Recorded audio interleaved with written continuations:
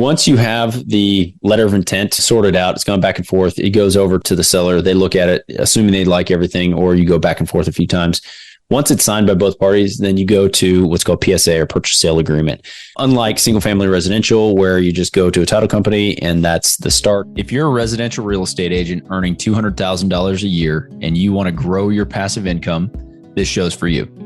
Learn the secrets other agents use and hear from experts in our field in order to guide you along your journey to investing in assets like apartment communities so that you can turn your commissions into cash flow. I'm Randall McCleard. Let's go, baby. All right, you're here to learn. Let's talk multifamily and let's talk the full cycle. This is part 3 of the series. We're covering the full cycle of finding a deal, getting under contract, managing the deal, disposing of the asset, right? So this episode today, we're going to talk about the acquisition process where you're submitting an LOI, you get under contract, and working with debt, raising capital, all those things that you need to do in order to get to the closing table. All right.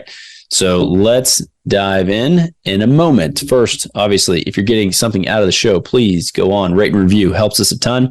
Gets us better guests when we have the guests on the show and we're interviewing them, and it furthers the reach. So go on, jump on. We're also on YouTube. So if you want to see some of this stuff, go to YouTube and then at Agents Building Cash Flow. That's there.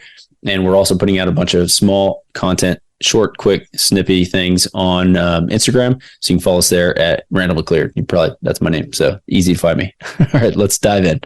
All right. So you've found a property, you went and you toured it, you liked it, and now you want to submit a letter of intent. So the first things that you want to do, obviously you're having a conversation. You should have had a conversation with a broker throughout this process. I'm assuming that you're buying something that has a broker attached to it.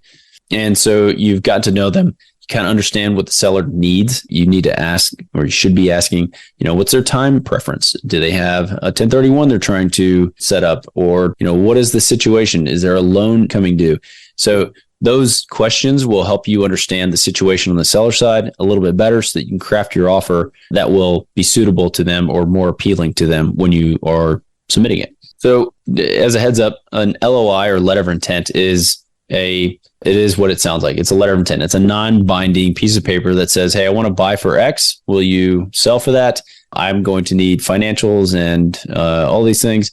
I want 30, 60, 90 days or whatever it is to do due diligence. I want 30, 60, 90 days after that to close. Here's how much I'm willing to pay. And here's the date that I want to close, right? So that's typically in an LOI. There's more to it. But for the purposes of this conversation, that's the starting step for what you are trying to do. If you stay through to the end of this episode, I will happily give you a template for a letter of intent. Just wait through to the end and I'll give you a link. All you got to do is go down, download it. It's going to be free and we'll give you that.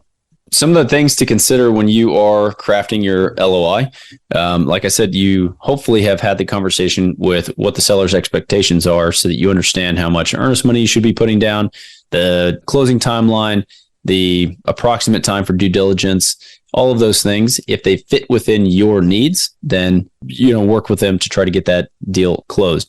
I say all of that because in recent times, I'd say 2020 through 2022, early 23, there were offers going out that were not contingent on financing, not contingent on due diligence period.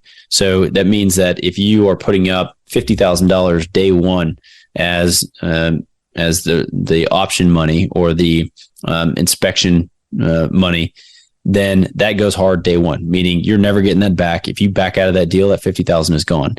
That has kind of gone away. And so again, having those expectations or understanding the expectations in the current market cycle, coupled with what the seller's expectations are, will help you win more deals if you're taking all of those things into account. So once you have the letter of intent sorted out, it's gone back and forth. It goes over to the seller. They look at it, assuming they like everything, or you go back and forth a few times. Once it's signed by both parties, then you go to what's called PSA, or purchase sale agreement. Unlike single family residential, where you just go to a title company and that's the start, or you have a promulgated form from your local real estate commission, you will be using an attorney for most of these transactions. Smaller ones, you could still use the promulgated forms, but most of the time it's going to take the letter of intent, is going to go straight to your attorney or their attorney, whoever's drafting the documents, and they will create the purchase and sale agreement. All right. So now you guys both signed the PSA. Boom. You are under contract. Congratulations. Very cool day, but that's when all the work really starts. You start your due diligence period. You start talking to lenders. You have to start raising capital depending on the size of the deal. Those three things are what make and break the deal. So if you're doing the due diligence, that kicks off ideally, and I didn't mention this in any of the previous 2 weeks, you're having conversations with property managers. And you have selected one and you said, hey, I'm buying 123 Main Street. How much are you going to charge me to manage it? And what do you project the expenses are going to be for that property the way you guys will manage it? And they'll run through and they'll give you that. You can then take that and plug it in. We talked about your underwriting and your pro forma last week. You plug their numbers into the pro forma. You are also talking to a lender at the same time, and that lender is going to run their own pro forma, and they can give you that. And again, you look at their numbers and you look at a property manager's numbers, and you look at your own numbers if you have the experience, and you say, okay, this is where I'm going to settle. This is how we're going to project this property. So again, you have the due diligence. The reason I brought up the property manager was day of closing, or as soon after closing as you can get it. You want them on site with their entire team, with the contractors, with everybody that they need in order to analyze that property from head to toe. So you want the roofs checked. You want to go into every single apartment. You need to have, most of them are going to have some technology with them that allows them to take pictures on their iPad, make notes, and every single unit is going to get a full review. In addition to that, you're going to have a lease review. So they're going to sit down in the office, every single lease they're going to look at and check it and make sure that it's the way it should be, make notes about it, all of those things. And you get the lease audit is what it's called. All right. So you have all the due diligence going. Say everything goes great. You don't need to make any changes. You're not going to do what's called a retrade, where you go back to the seller and ask them for less money or whatever. That's a retrade. It happens all the time. Don't be afraid to do it. And those things are happening. And then you're also talking to the lender. So you need to be securing the debt side of the equation in this phase. There's a loan fee, typically a broker fee if you're using a loan broker. And so you're going to have more money that's coming out of pocket at this stage in order to secure the financing and get them working on their end as well. This process is going to inform the initial underwrite that you did. If the debt comes back and they say, well, we're not going to be able to get you that 5.5 rate, it's now 6.5, you need to put that in your pro forma and make sure the deal doesn't die, right? So those things are happening in this due diligence phase, usually 30 to 60 days, depending on the seller's needs and your goals, right? And the other thing that you are working on in this phase is going to be the capital raise. So if you are syndicating the deal, meaning you're running it, but you're going to go raise capital from everybody else for the equity side, say it's a $5 million raise, you need to go out and start raising that money. Whole other story going on there. Just depends on if you have a syndication company set up and that's what you're going out and doing. If you have a big list of investors, then you're hitting a webinar, doing something in order to promote the deal and what you're offering, because you're essentially be offering a security at that point.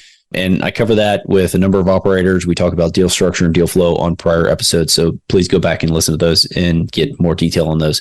We're not going to cover it right now, but the equity side of it, you're going out and raising that money so that you're trying to get all these things put together so that, by the end of due diligence that you are good to go and you're going to pursue the deal, right? So that's pretty much the process from the letter of intent, the due diligence phase, or letter of intent, the PSA, due diligence phase, and then getting it to the closing table. So assuming all of that goes the way you want it to, or if you had to make adjustments with the seller, you do those things, but you're still pushing and marching forward to the closing date. And so assuming all of that happens, then you close on the property, and that's where we're going to pick it up next time. As promised, you made it through to the end. So I'm going to give you a link that you can go to, or a website that you can go to and just download a free letter of intent. So that website is www.commission2cashflow.com/LOI. All right. And the number in commission to cash flow is 2. It's the number 2. It's not TWO. All right. Or TO. Commission to the number 2 cashflow.com/LOI. All right, guys. It was great having you on again. I will see you on the next episode. Surprisingly, most of the agents we speak with got into real estate hoping to gain passive income and become work optional.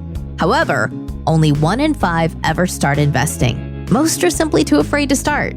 Once you get educated by listening to this show, you'll be able to overcome that fear and become the 1 in 5 who are finding financial freedom. Don't miss a single episode. If you want to stay up to date, the best way is to make sure you're subscribed. So if you haven't done that, go ahead and do it now. And we'll catch you on the next episode.